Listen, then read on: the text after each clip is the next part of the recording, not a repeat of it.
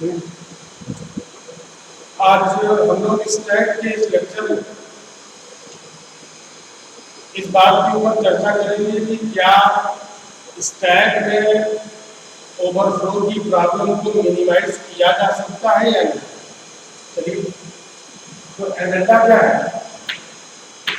Minimising overflow into the stack.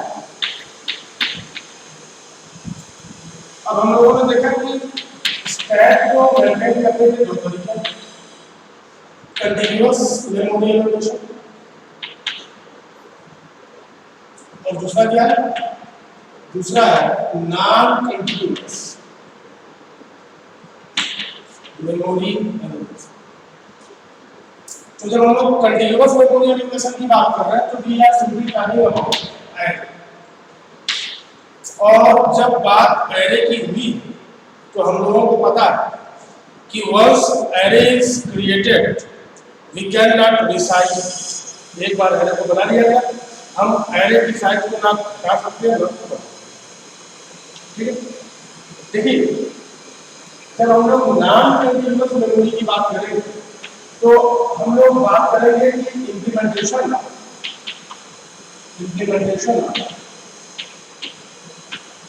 Stack using linked list।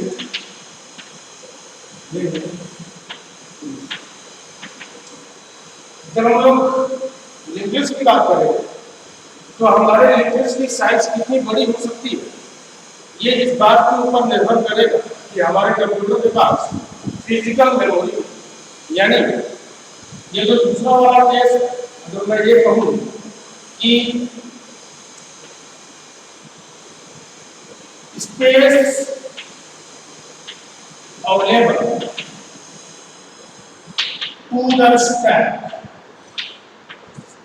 is directly proportional to primary memory।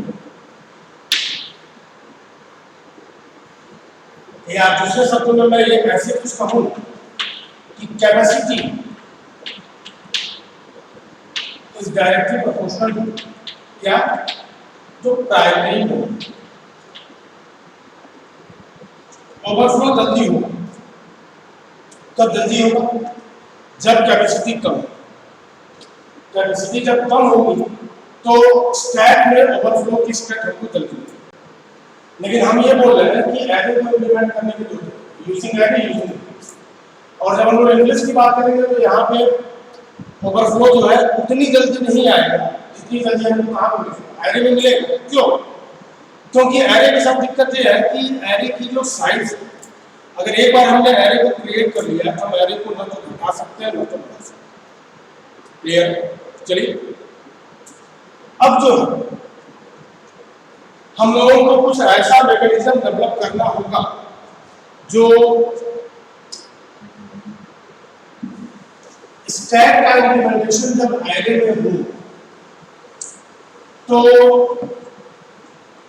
Overflow minimise. चलिए, इसके लिए जो technique है वो कोई बहुत बड़ी टेक्निक नहीं है। जैसे मान लीजिए कि ये आपका क्लासरूम का बेंच है और कहा गया कि इस बेंच पे 3 स्टूडेंट बैठ, ठीक है, 3 स्टूडेंट बैठ। अब अगर हम ये कहें कि ये जो बेंच के पास अवेलेबल स्पेस उसको मैंने 3 पार्ट में इक्वली डिवाइड। क्लियर? देखिए, अगर बात कुछ ऐसी हो कि बी के पास कुछ आइटम्स ज्यादा हो जो अपने साथ लेकर वो बैठना चाहता है और ए के पास कोई ऐसा आइटम नहीं है जो वो अपने बेंच पर तो बी ये काम कर सकता है कि ए के पास जो अनयूज्ड स्पेस है उस अनयूज्ड स्पेस अपने साथ रख सकता है, मतलब यूज। यही बात अगर सी के साथ भी हो कि सी के पास भी कुछ ज्यादा बेंच पर रखने के लिए नहीं है, तो बी जो है वो सी के अनयूज्ड स्पेस को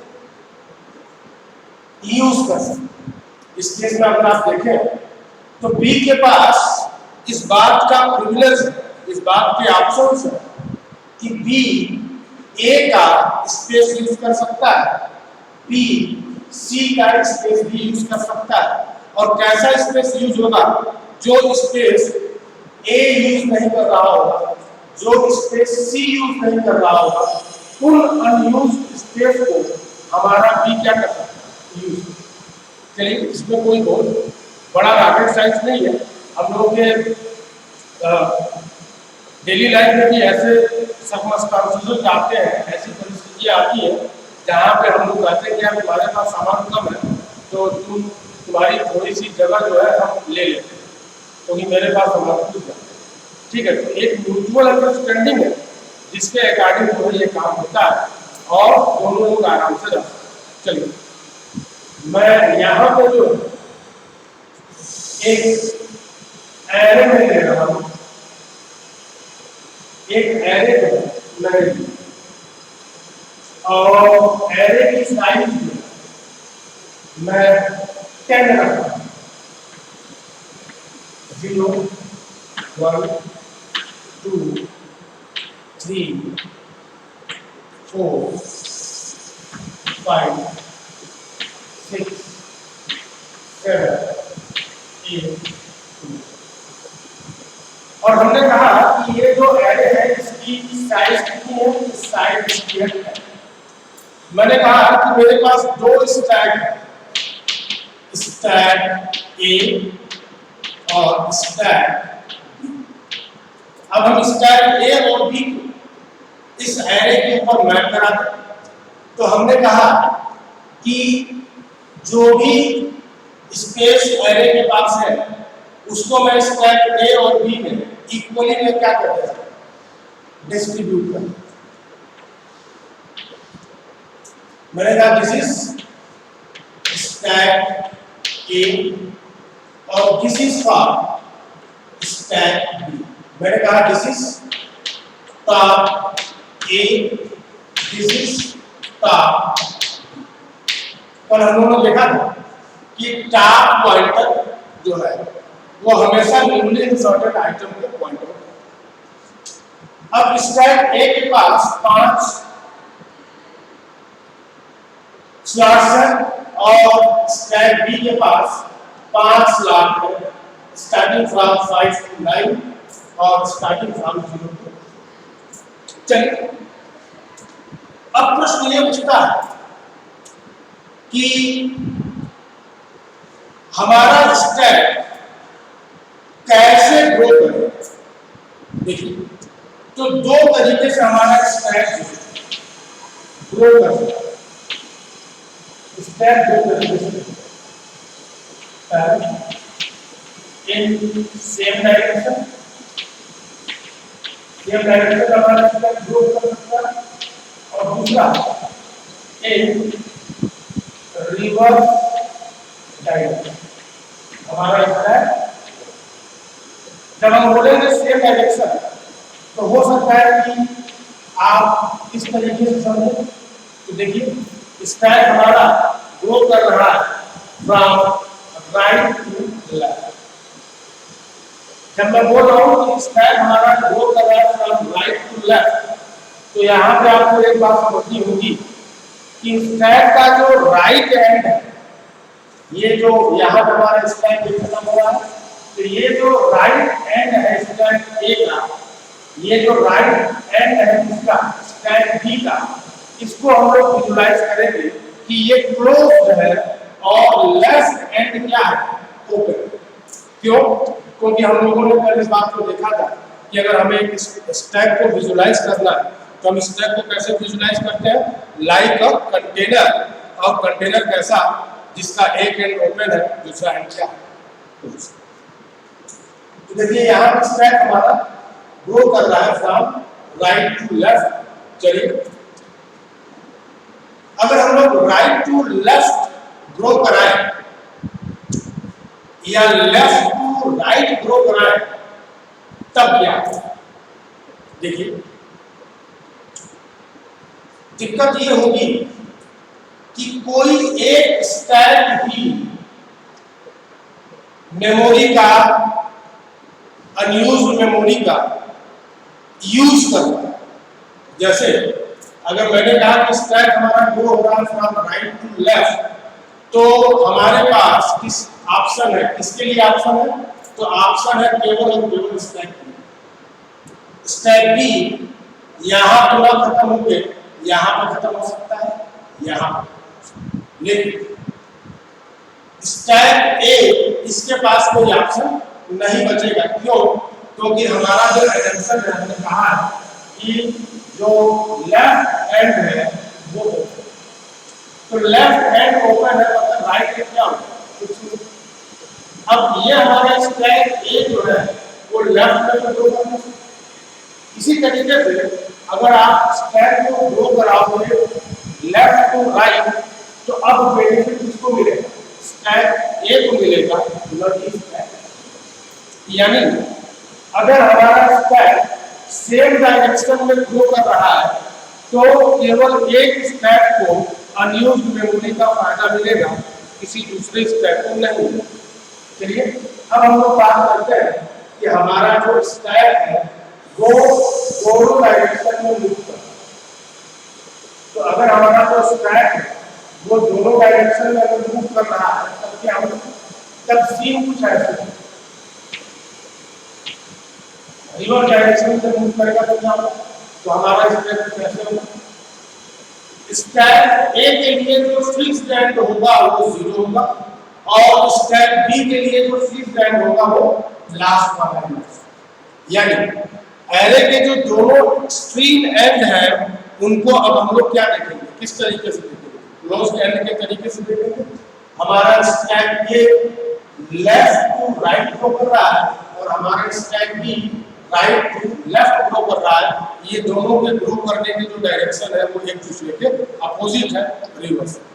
अब देखिए मान लीजिए कि यहाँ पर कुछ आइटम है 100, 98, तो हमारा टॉप बी किसको पॉइंट आउट कर रहा होगा, 80 को, और इसके पास मतलब आइटम वाले 10, 20, 30, 40 और 50। यानी हमारा स्टैक ए जो है वो पूरी तरीके से फुल हो चुका है और अब स्टैक ए चाहता है कि हम थोड़ा सा और ग्रो करें और इसको पता है इस केस में क्या होगा, तो हमारा जो टॉप ए होगा वो किसको पॉइंट आउट कर रहा होगा, जो चौथे इंडेक्स यानी 50 को पॉइंट आउट। अब जरा ध्यान से देखिए, तो स्टैक बी के पास दो लोकेशंस ऐसे हैं, स्टैक बी के पास दो लोकेशंस ऐसे हैं जो ऑक्युपाइड नहीं है, और अगर ये दोनों ऑक्युपाइड नहीं है तब स्टैक ए अगर चाहे तो इन दोनों जगहों को वो यूज कर सकता है। कैसे, तो मान लीजिए कि मैंने यहाँ पे वैल्यू रखी 99 और यहाँ पर मैंने रख दिया -। इधर हम 99 रखेंगे तो अब हमारा टॉप ए किसको पॉइंट आउट करेगा, 99 को, उसके बाद जब हम -99 को रखेंगे तो क्या होगा, मेरा टॉप ए किसको पॉइंट आउट करेगा, -90। ठीक है, अगर आप इसको उलट के देखना चाहो तो आप इसको उलट के देख सकते हो इस तरीके से कि स्टैक बी जो है इसने अपने सारे पोजीशन, सारे वैकेंट सेल को क्या कर लिया, यूज कर लिया, सबको यूज कर लिया। मैंने कहा 70, 60। अब इस केस में क्या होगा, इस केस में हमारा टॉप बी किसको पॉइंट आउट कर रहा होगा, तो टॉप बी हमारा पॉइंट आउट कर रहा होगा 60 को। और हमने कहा कि स्टैक ए की अगर हम बात कर रहे हैं स्टैक ए की अगर हम बात करें तो स्टैक ए में केवल तीन ही आइटम है और टॉप ऑफ ए इसको पॉइंट आउट कर रहा है, तो 30 को पॉइंट आउट कर रहा है। और स्टैक ए के पास ये दोनों स्पेस क्या है, वैकेंट है। स्टैक बी अगर चाहे तो टॉप की वैल्यू में इंक्रीमेंट करा के, उसको मैं बेसिकली इंक्रीमेंट में बोल रहा हूँ, जब आप उसको प्रोग्रामिंग में इंक्रीमेंट करोगे तो ये बेसिकली इंक्रीमेंट है, ठीक है। तो टॉप जो है अगर 4 पॉइंट आउट करने लगे तो अब हम लोग कहेंगे कि स्टैक बी ने स्टैक ए के एक इनपुटी लोकेशन से क्या कर लिया, यूज कर लिया। और अगर ये टॉप बी अब तीसरे इंडेक्स को पॉइंट आउट करने लगे तो हम लोग इस बात को बोल सकते हैं कि हमारे स्टैक बी ने स्टैक ए के दोनों अनयूज्ड स्पेसेस का इस्तेमाल कर, ठीक है। ये एक तरीका है जिसका इस्तेमाल हम लोग करते हैं कब, जब हमें कंटीन्यूअस मेमोरी एलोकेशन में क्या करना होगा। तो कंटीन्यूअस मेमोरी एलोकेशन में अगर हमें ओवरफ्लो को मिनिमाइज करना है तो सॉल्यूशन क्या है, सॉल्यूशन ये है कि we have to map the stacks over and हम लोग स्टैक्स जो भी होंगे 2 4 5 10 जितने भी स्टैक होंगे उन सारे स्टैक को एक एरे के ऊपर क्या कर देंगे, मैप करा देंगे। और जब भी ये मैपिंग हम लोग करते हैं इन जनरल हम लोग ये मान के चलते हैं कि हर एक स्टैक को जो स्पेस मिलेगी वो इक्वल मिलेगी, यानी हर स्टैक की कैपेसिटी क्या होगी, सेम। क्लियर है। तो इस तरीके से हम लोगों ने देखा कि किस तरीके से हम लोग स्टैक में जो ओवरफ्लो की प्रॉब्लम आ रही है उसको हम लोग मिनिमाइज कर सकते हैं बाय मैपिंग स्टैक्स ओवर। चलिए अगर हम एरे के कंसेप्ट से हम अपने आप को बाहर निकालें और अब कहें कि हमको स्टैक को इम्प्लीमेंट करना है, स्टैक को क्या करना है, इम्प्लीमेंट करना है। और कहाँ इम्प्लीमेंट करना है, तो लिंक्ड लिस्ट का इस्तेमाल करके हमको इम्प्लीमेंट करना है। चलिए अगर हमको कुछ ऐसा करना हो तो हम लोग क्या करेंगे, देखिए हमारे पास ये नोड होगा, ये नोड होगा, ठीक है। यहाँ पर हम लोग डेटा को रखेंगे और यहाँ पर हम लोग लिंक को स्टोर करेंगे। यहाँ डेटा होगा और यहाँ लिंक होगा। डेटा में हम लोग क्या रखेंगे, की को स्टोर करेंगे और लिंक में हम लोग इसको स्टोर करेंगे, तो एड्रेस को स्टोर, ठीक है। अच्छा हमारे पास एक टॉप पॉइंटर होगा, टॉप पॉइंटर हमेशा न्यूली इंसर्टेड आइटम को क्या करेगा, पॉइंट आउट करेगा। मतलब मैंने कहा कि मेरे पास एक आइटम एक की हमने इंसर्ट किया है और हमारा टॉप जो है वो किसको पॉइंट आउट करेगा, किस नोड को पॉइंट आउट करेगा। अब चूंकि हमारे स्टैक में एक सिंगल आइटम है तो यही पहला आइटम और यही आखिरी आइटम है, ठीक है। तो अब ये क्या होता है, लिंक किसको पॉइंट आउट करेगा, ग्राउंड को पॉइंट आउट करेगा। और अगर हमारा टॉप ग्राउंडेड है तो हम स्टैक को क्या मानेंगे, स्टैक इज क्या, empty, stack is empty when top is pointing to the, ठीक है।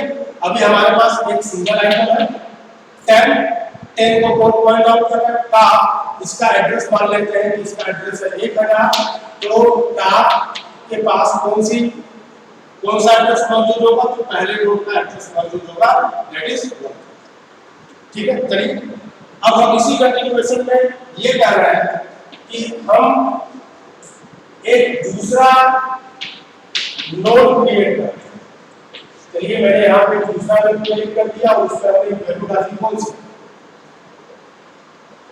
20। अब जरा देखिए हम ये कह रहे हैं कि इसका एड्रेस है 1000 और इसका एड्रेस है 2। टॉप किसको पॉइंट आउट कर रहा था, पहले नोड को पॉइंट आउट कर रहा था। मैं ये कह रहा हूं कि अब हमारा टॉप किसको पॉइंट आउट करेगा, तो हमारा टॉप पॉइंट आउट करेगा किसको, दूसरे वाले को। ध्यान दीजिए ये जो दूसरा वाला नोड होगा इसके पास जो लिंक है ये अब किसको पॉइंट आउट करेगा, पहले वाले नोड को। तो तब देखिए ये पहला वाला नोड का जो लिंक पार्ट था इनिशियली वो किसको पॉइंट आउट कर रहा था, नल को। अभी ये किसको पॉइंट आउट करेगा, नल को। लेकिन जो दूसरा वाला नोड हमने क्रिएट किया है इसके लिंक पे पहले वाले नोड का एड्रेस होगा दैट इज 1। ठीक है। इसी तरीके से जब आप तीसरा नोड क्रिएट करोगे तब क्या होगा, तो मैं इसको जरा हटा दूं और अब आपके पास कौन सा एड्रेस आता है, 2। चलिए अब अगर हम तीसरा नोड क्या करें, इंसर्ट करें तब क्या होगा, तो तीसरा नोड अगर हम इंसर्ट करें तो सीन कैसे हो जाएगा, तो यहाँ पे अपना पहला नोड होगा प्लस लिंक किसको पॉइंट आउट करना, नल को। यहाँ पे अपना दूसरा नोड आया 20, ये ऐसे पॉइंट आउट करके यहाँ पे कौन सी एड्रेस पड़ा हुआ है 1000, इसका एड्रेस है 1000, इसका एड्रेस है 2000। हमने कहा कि एक तीसरा नोड हम क्या करें, क्रिएट करें। हमने यहाँ पे तीसरा नोड, हम कह रहे हैं कि जो तीसरा नोड है उसका एड्रेस क्या है 3000 है। और अब मैं ये कह रहा हूँ कि इस तीसरे नोड के पास किसका एड्रेस होगा, तो दूसरे वाले नोड का एड्रेस।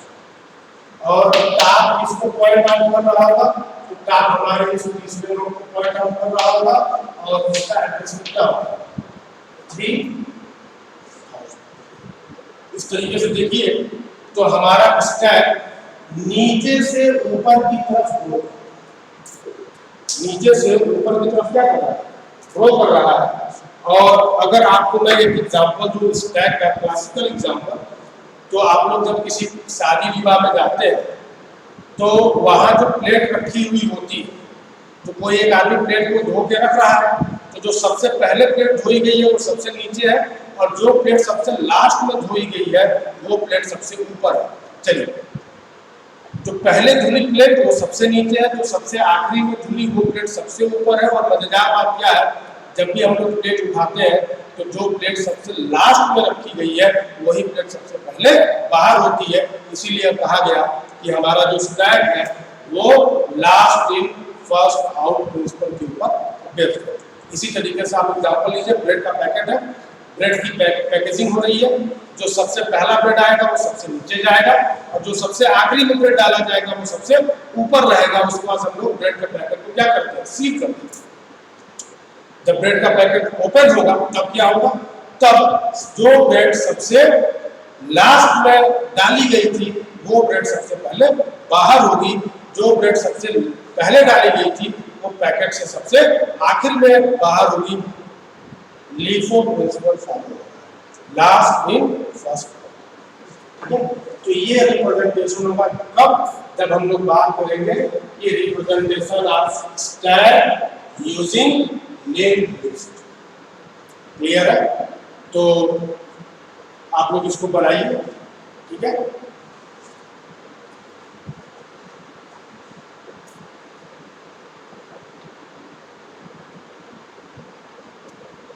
इसका इम्प्लीमेंटेशन हम लोग अगली क्लास में देखेंगे, ठीक है। सी में इसको कैसे इम्प्लीमेंट किया जाए, ठीक है। चलिए फिर मिलते हैं अगले वीडियो में।